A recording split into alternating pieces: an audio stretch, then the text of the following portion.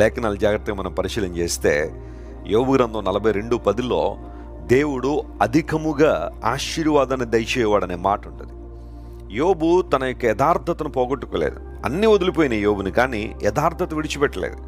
ఆ కారణాన్ని బట్టి దేవుడు రెండంతల అధికముగా ఆశీర్వదించాడని లేఖనాల్లో మనం చూస్తున్నాం. ఆ తర్వాత కీర్తన గ్రంథం 4వ కీర్తన 7వ వచనం మనం చదివితే అధికమైన సంతోషము నా హృదయంలో పుట్టించావన్నాడు కీర్తనకారుడు. అంటే లోకంలో ఎవ్వరికీ లేని సంతోషాన్ని దేవుడు మనకిచ్చాడని.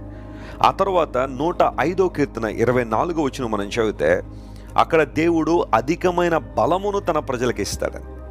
చూడండి, ఇవన్నీ ఆలోచన చేస్తూ ఉంటే దేవుడు అధికమైన వాటిని మనకి ఇవ్వాలని, ఆయన ఏదో తక్కువగా ఇచ్చి సరిపెట్టేసుకోండి పర్వాలేదనే దేవుడు కాదు. ఆయన సమృద్ధిగా ఇచ్చు దేవుడు అధికముగా మన పట్ల ఆశీర్వాదాలు కుమ్మరించేవాడు గనుక ఆయన మనం స్తుతింపబద్ధులమై ఉన్నాం. ప్రభునందు దేవుని బిడ్డలారా, ఒకవేళ ఈరోజు నీ జీవితంలో ఒక కొరతతో బాధపడుతున్నావా? ఒక లేమి నీ జీవితంలో ఉందా? ఒక కొదువుతో నువ్వు ఏడుస్తున్నావా? నీ జీవితంలో లేవు అనేవి ఏమన్నా ఉన్నాయా? ప్రభు నీ జీవితంలో అధికమైన మేలు చేయడానికి ఇష్టపడుతున్నాడు.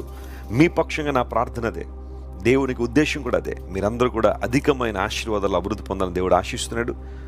భూమి కంటే ఆకాశం ఎంత ఉన్నతంగా ఉందో ఆయన కృప అంత అధికంగా ఉంది. కాబట్టి మనం దేవుని స్తుతిస్తూ ఆయన కృపలో వర్ధిల్లుదాం. దేవుడు వీళ్ళందరినీ దీవించి బలపరిచి ఆశీర్వదించునుగాక.